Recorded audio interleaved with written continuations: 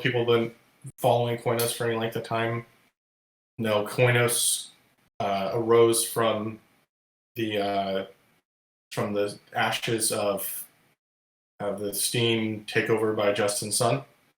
At that time, Andrew, Steve, and I were all still at Steemit and saw what a giant mess that was. And so, actually, Justin Welch, who's in the chat too, was at Steemit at the time, and essentially things got bad, and we decided to no longer be a part of Steemit. Recognized that there were some core problems with Steam as a blockchain and sort of the business model Steemit was building on top of it. And so Koinos was a direct answer to those criticisms. And so we started working on Koinos alongside Nathan, who's in chat, and who we had known back from Steemit as well.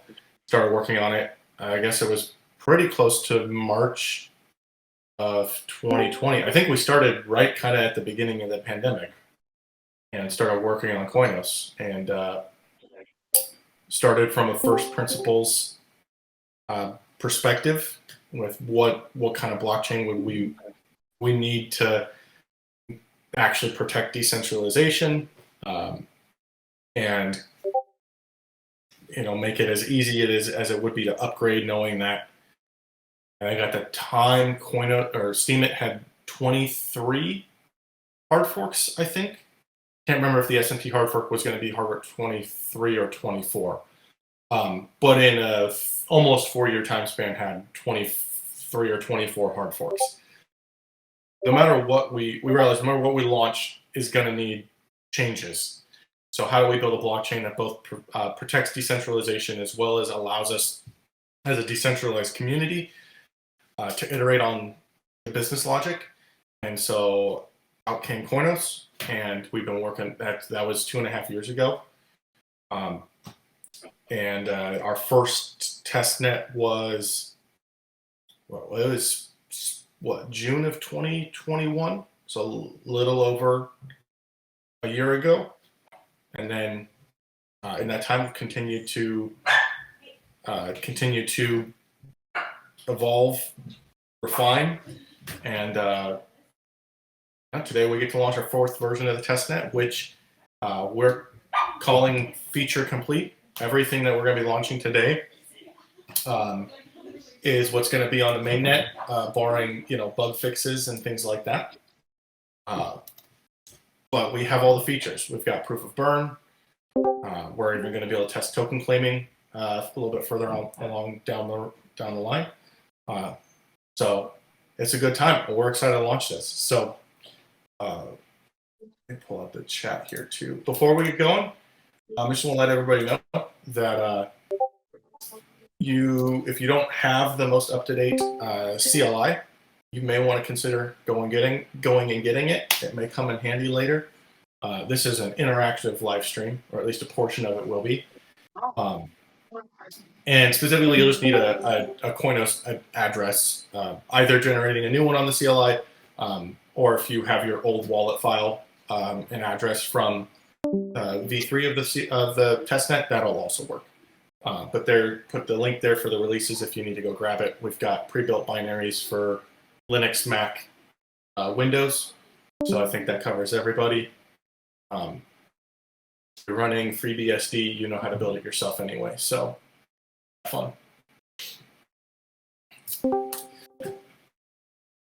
And I think we're good. Looks like we got about 25 people in here. That's awesome. I think people are slowing down to get in, so let's get to it.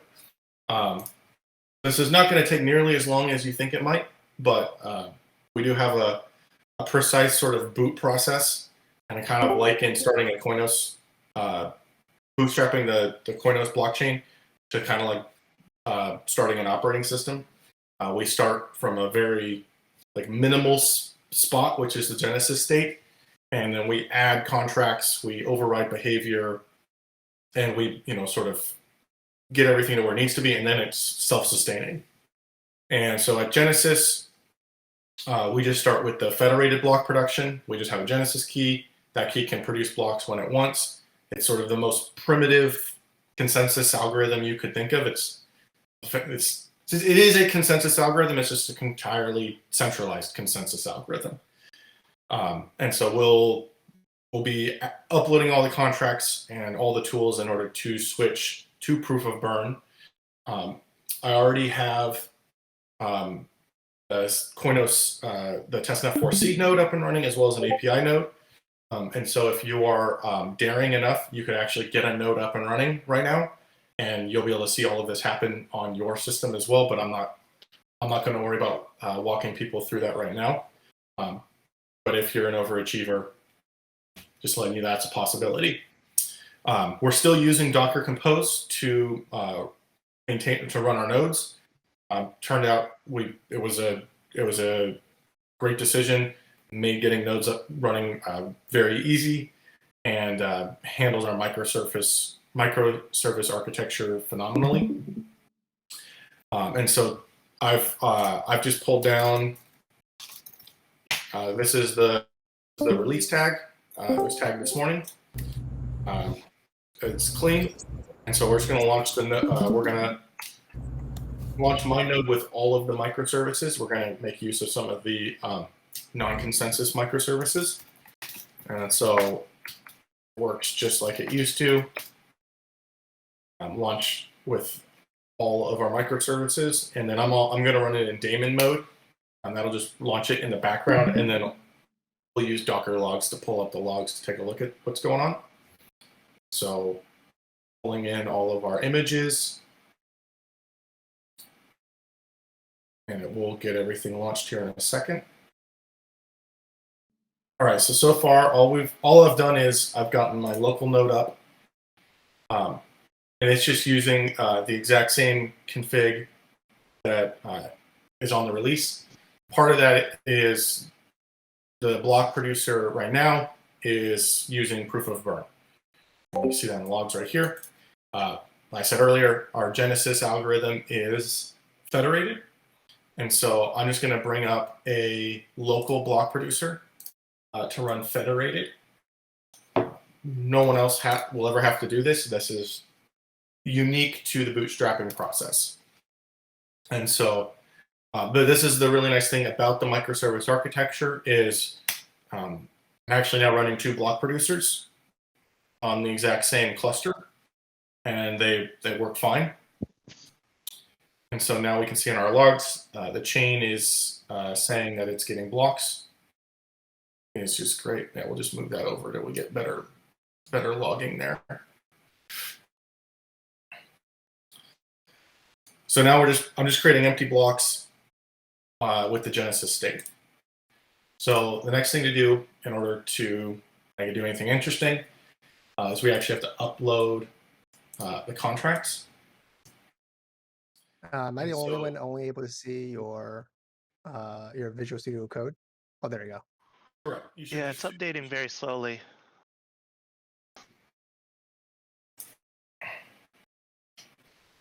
Then I'll take my time, make sure we go slow.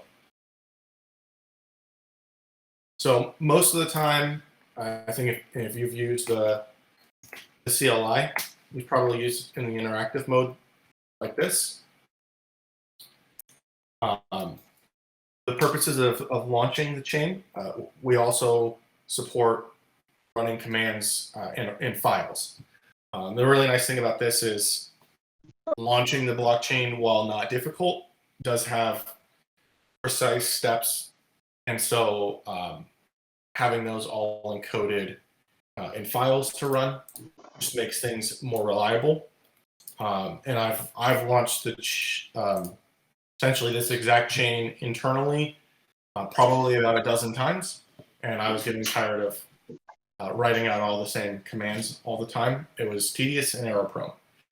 So we're just going to be able to run this, and this is going to upload all of our contracts. And so we're uploading the coin contract, the resource contract, which is the system side of the Monas system, governance contract, proof of We're burn. really, I'm not seeing any of this stuff. Yeah, it's updating like 1 frame per minute, unfortunately, if that. All I'm Not seeing sure is why. fire. Oh, there we go. Okay, so that's about a minute delayed. Ouch. Because I'm seeing a preview on my screen that looks like it's up to date.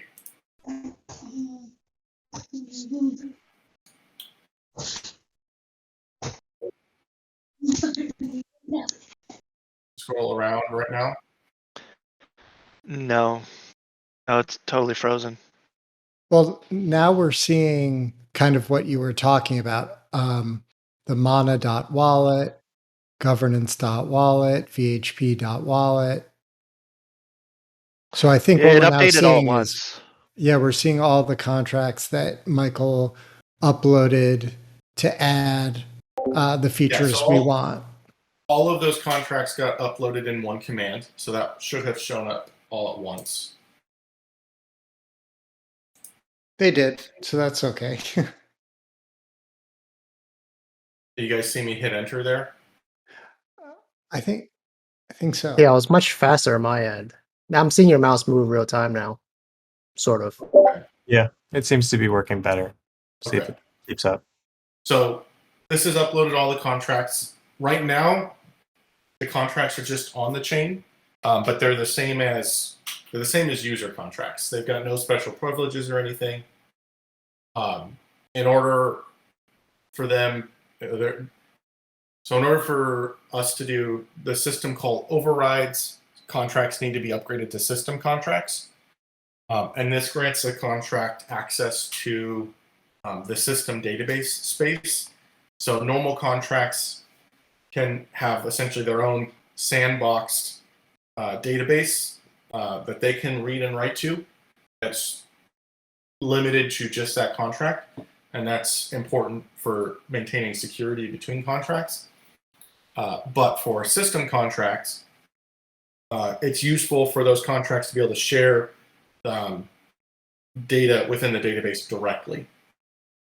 And so when a contract is made into a system contract, there's a whole separate area in the database that only system contracts can access. So again, so then in order to, got another script that'll just upgrade all of our contracts to system contracts. Hopefully that pops up. Did that pop up more quickly? I didn't see anything. It worked for me. And a little bit different on this one, you can see in the logs it says began transaction session. So we're using a feature of the CLI that allows you to add multiple operations to a transaction. And just the reason to do this is just I want all of these contracts to all be system contracts or none of them. And so by packaging this in a single transaction session, we can have multiple operations take place atomically rather than leaving the system in a sort of a half-ready state where there are some system contracts and some not. And so now at this point, all of our contracts are system contracts. We haven't done any of the system call overrides yet, so we've not actually changed behavior. But before we enable proof of burn, we also need coin imbalances. Proof of burn requires users to burn coin. So if there's no coin around, proof of burn won't work. At this point on the mainnet, we'll deviate slightly from what I'm doing here. And that on the mainnet, we will then claim some of the Koinos group tokens so that we can bootstrap the proof of burn process. Today, we're just going to mint a bunch of coin. We are running a slightly modified version of the coin contract that allows its private key to mint in addition to the system. And that just means we can have a little bit more control over the economics within the testing phase. So I've got a few testnet addresses that I'm minting to, controlled either by contracts or by the team. But we also want to let you guys have a little bit of fun. So if you have your address or have created a new address, start dropping them in chat, and we're going to give you guys some coin.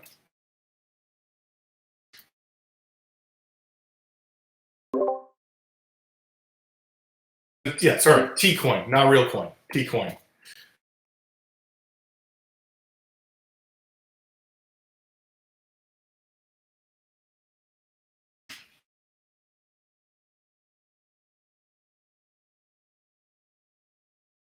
Also, use better passwords than me, but we're just testing.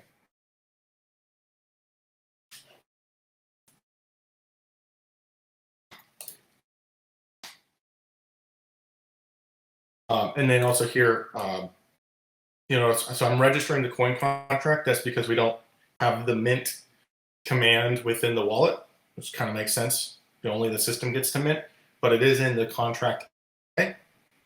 And I registered the contract, but did not specify an ABI file. An ABI file is just an application binary interface, and it's just a way for us to be able to know how to interact with the contract without inspecting the contract directly. And the reason we can do this on the wallet is when I uploaded the contracts, I uploaded their ABIs with them, and those were saved in the contract meta store microservice. And so the CLI, when not given an ABI, automatically queries the contract meta store that it's connected to if that microservice is running, and grabs the ABI from it if it's there. So it's a quality of life thing, but it also means it'll be much easier for new users or different dApps, applications to be able to easily interact with smart contracts without having to have the ABI directly. It looks like we've got a few addresses here. Can you copy those addresses, Ron, and pop them back in here? And I'll, thanks.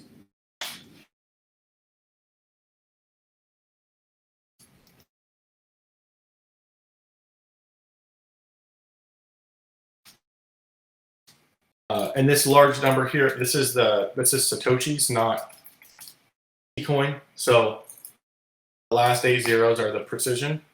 I think. What am I doing? What was I doing here? Yeah, this is going to be 1 million T-coin per person. So don't spend it all in one place.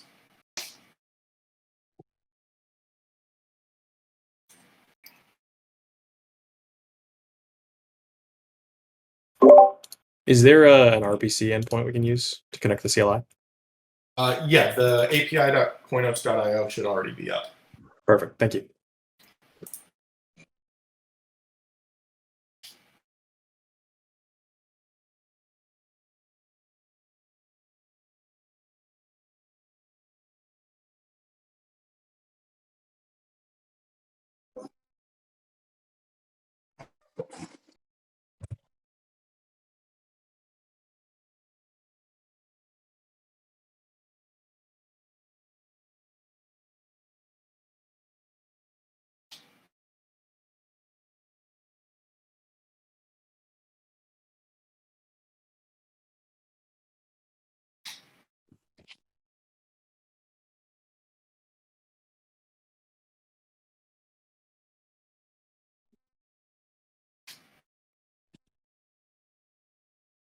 I think that's everyone so far. If anybody puts an address in there later, I'll circle back to them before I hop off. We want you guys to have some fun. We also want you guys to be able to play around with proof of burn. The more people run on proof of burn, the better. So we're hoping that this will help with good tests. Don't be afraid to share it.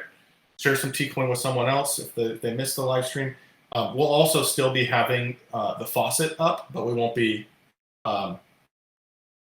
giving T-coin at quite the same rate on the faucet.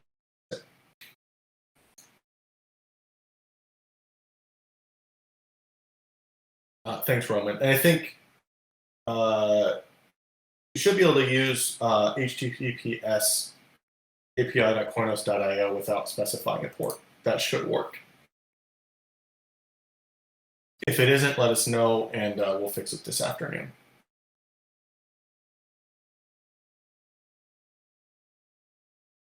All right, so we got the contracts up. We've got the coin contract up. We've minted some coin. It's finally time for proof of burn. So if proof of burn does take a little bit more configuration than the proof of work consensus algorithm. Proof of work was we were able to get it to where you could just launch a node and it would start mining automatically.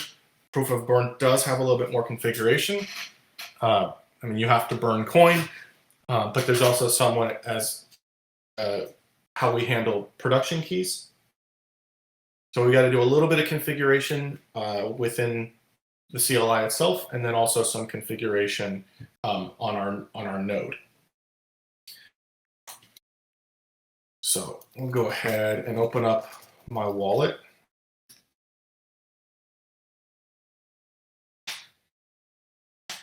And you can see I've got should be 10 million T coin. It shows 0.1 mana. That's because the mana hasn't been overridden yet, and that's just the default value in the framework. When we override the mana system calls, that will update to the value that should be within the token contract. We'll go ahead and register our proof of burn contract. And then you can see here we've got all of our proof of burn commands. And the other cool thing is when you do register these commands, you do get full help within the CLI. So with this command here, I'm going to be burning 300,000 coin from myself and telling it to give me VHP at my same address.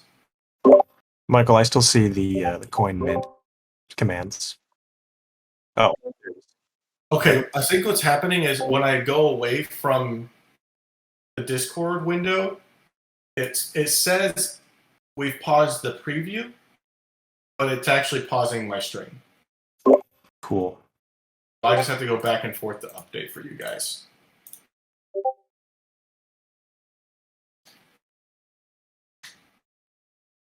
So now I've burned 300,000 coin. We see my balance is updated.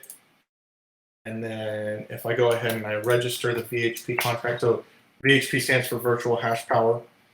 That's a token you're given when you to represent how much you've burned. And then if I grab my VHP balance,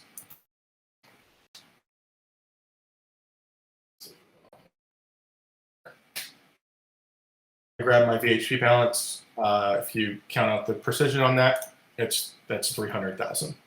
So everything's good. Now we'll need to register my public key, my block production key.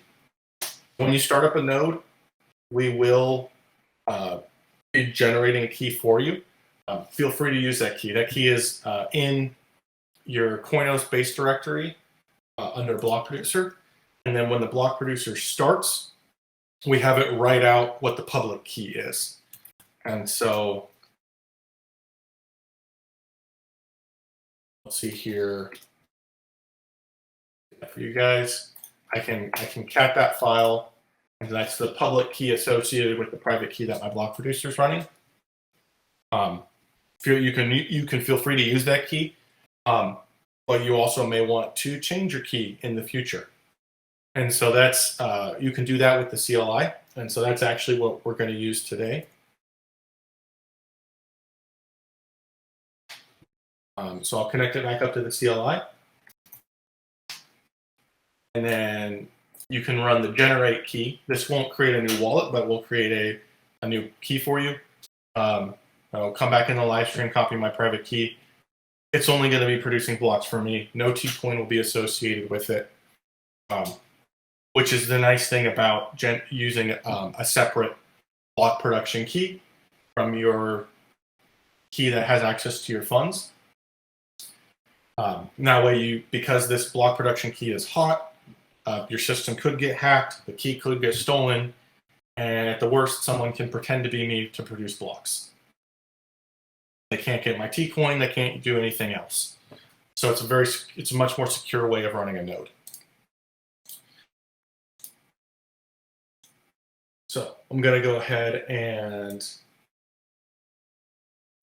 register the proof of burn contract again. And then we have another method here on this contract called register public key.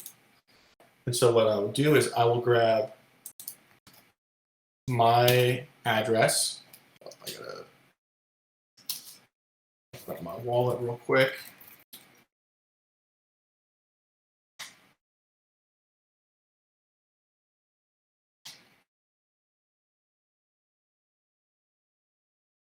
Make sure you guys are getting this.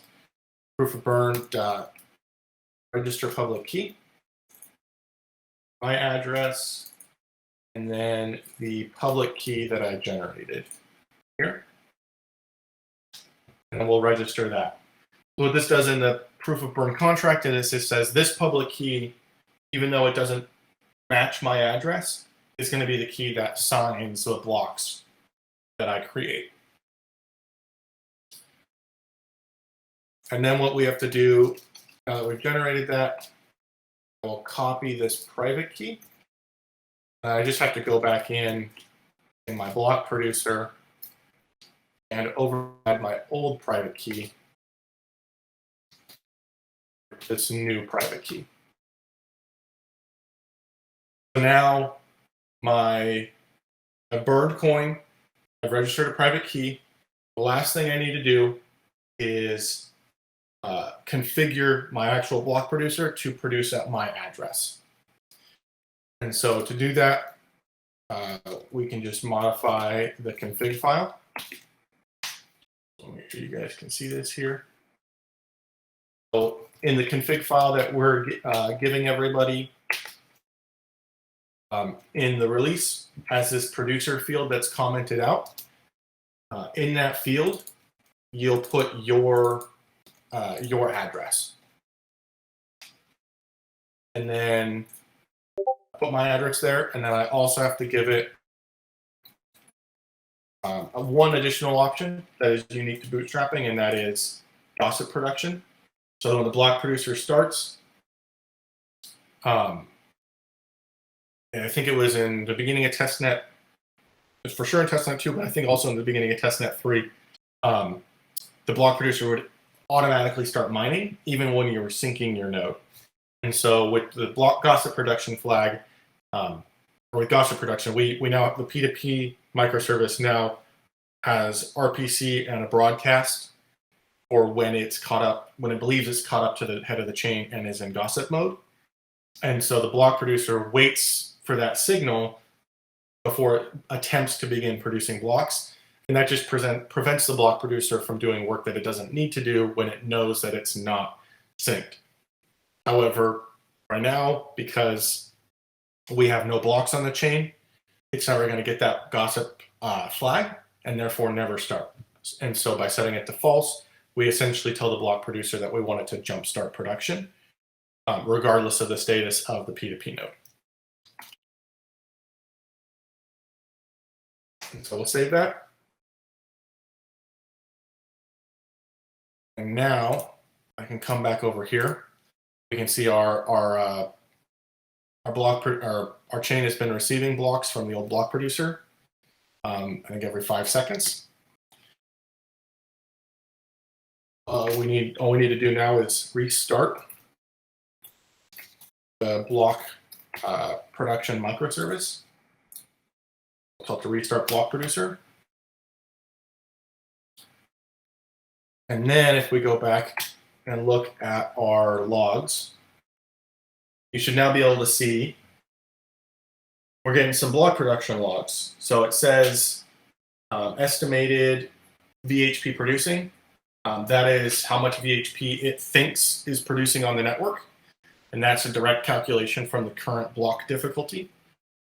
It also says that I have 300,000 VHP. So it's getting that from the producer address that I registered in the config.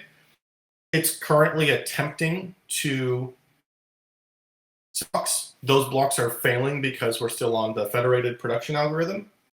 But as soon as we enable proof of burn, this block producer will take over and begin working, which is the next thing we need to do.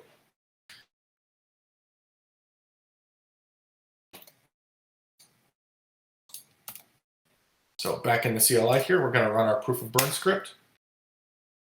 And all it does, it overrides one system call, which is process block signature.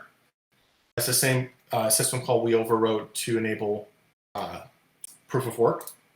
So we can now go back to our old block producer. We can see it's now getting errors because the federated block producer is now the wrong algorithm.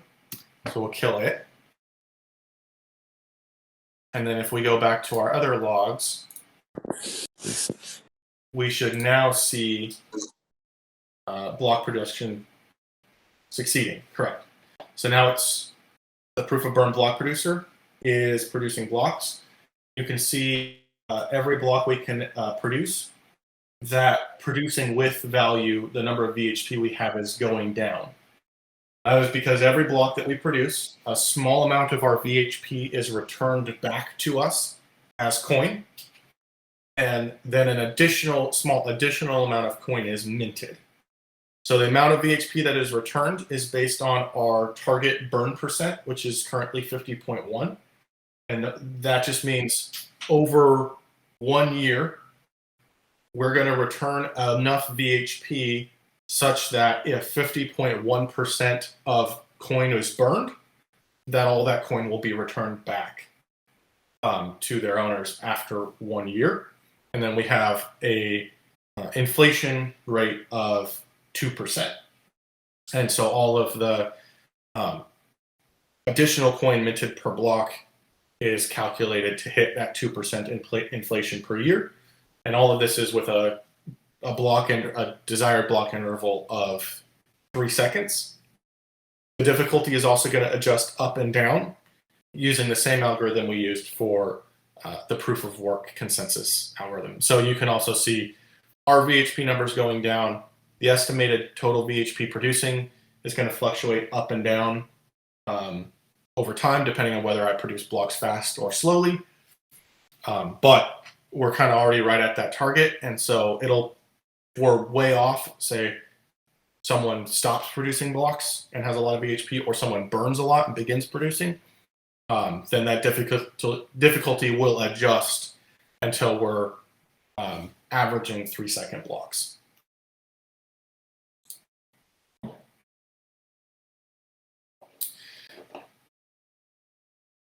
That's proof of burn. We're running proof of burn now. We started with federated production. We changed our consensus algorithm while the chain was running. We don't quite have everything else, but we're almost there. We have 2 more pieces that we need to enable, and that is we need the mana system and we need governance. And these are simple overrides. To enable the mana system, we're just going to override 4 entry points, 4 system calls. So get resource limits and consume block resources. Those are the system side of the resource system. So this is where we budget the resources that the blockchain can use, and we price them in RC. We have XYK market makers in that contract that run every block that mint new resources and then track resource consumption. If resource consumption outpaces how quickly we budget new resources, then the price of those resources will increase. The mana cost will increase. If the rate of resource consumption is slower than how much we create in the budget, then the price will decrease. And so that will all happen dynamically over time. And then get account RC and consume account RC connect directly to the coin contract. And those are what actually track mana. So get account RC returns how much mana you have. Consume account RC consumes mana. And that whole system was enabled on Testnet 3 and is continuing to work well into Testnet 4. And lastly, and this is new for Testnet 3, is our governance contract. And so the governance contract has 2 system call overrides. One is, I think it's a new system call for Testnet 4. I don't think we might have had it for Testnet 3, but I don't have timing, which is the pre-block callback. And so essentially we just, there's a generic callback that we can insert logic into prior to the block being applied. And that's where the governance contract sits, and this is what will handle block producer votes for proposed governance changes, as well as applying the proposed governance changes if they're voted and approved. And then check system authority gatekeeps all future upgrades. So everything that I've done today for setting these system calls was using the Genesis key. The Genesis key had complete control over everything. And by overriding the check system authority, the Genesis key has now passed that authority directly to the governance contract. And so now if I were to run this command again, we'll see that it's failed. Error submitting transaction, system authority required.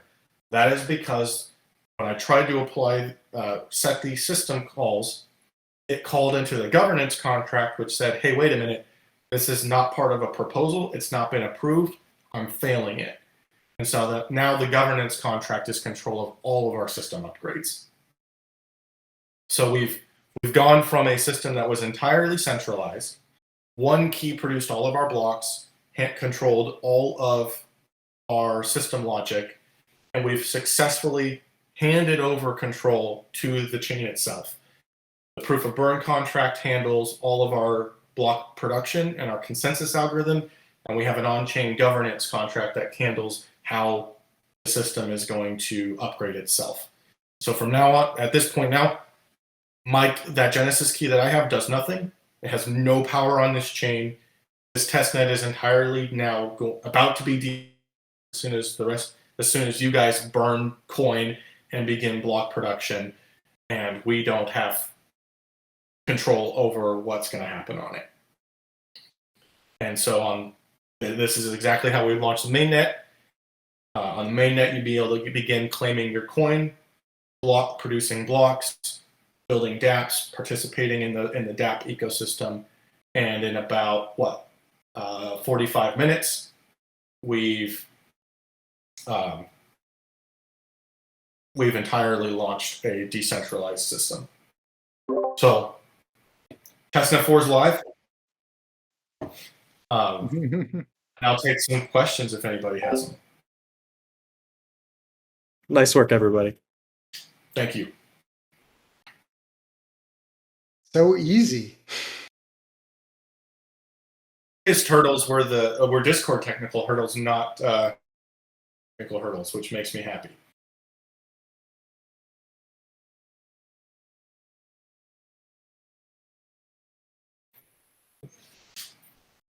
I don't want to make this a big debug session just for me, but my block producer isn't working locally.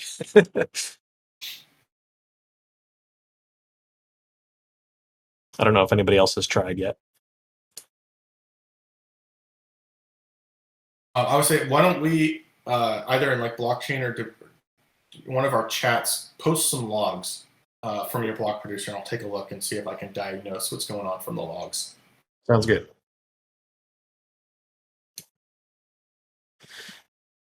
I'm hoping nobody has any questions because it was just so simple to set up a Koinos to launch a Koinos node. It just made so much sense, and everybody completely gets it. Definitely.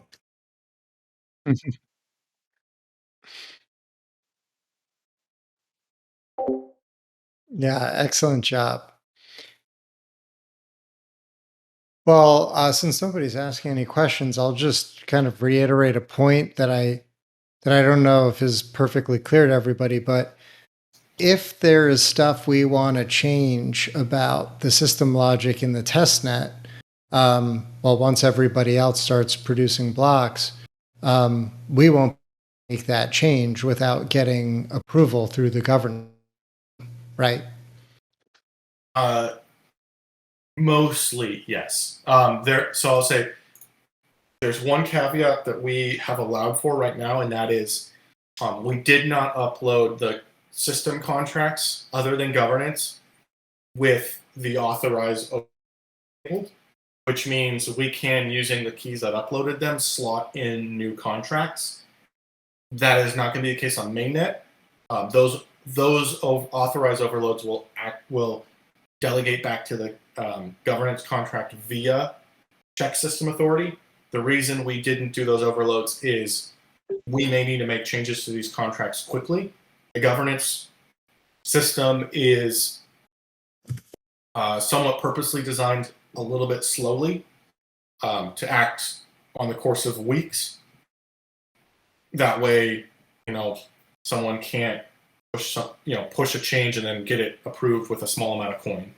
By being on the order of weeks, then things average out and are secure. But for the testnet and the end of the year coming up, we don't really have weeks to wait if we need to update contracts. And so we wanted to keep those agile for our development and debugging purposes. But we'll probably switch those overrides into effect at some point during the testnet, just to make sure that all that is working correctly.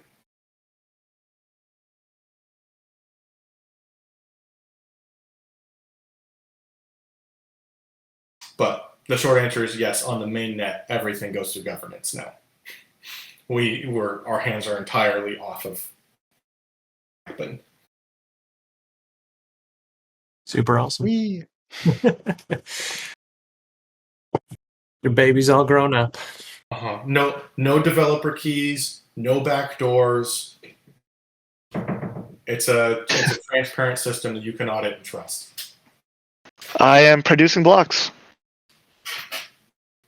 Nice. Yeah, we're up and running. Testnet 4 is live. So we'll be, obviously, we'll continue to be in Discord and Telegram.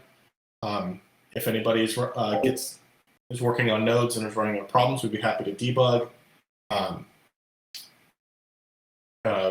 For everyone here that got some coin, please run block producers. We value your feedback. We're on the final stretch to mainnet now. I know that, myself and the whole team is extremely excited. This is an exciting time for Koinos, and I think 2023 is going to be the year for coin, and we were very much everyone's support that's here. That means the world to us. We've got an awesome community, so just everyone keep up the great work.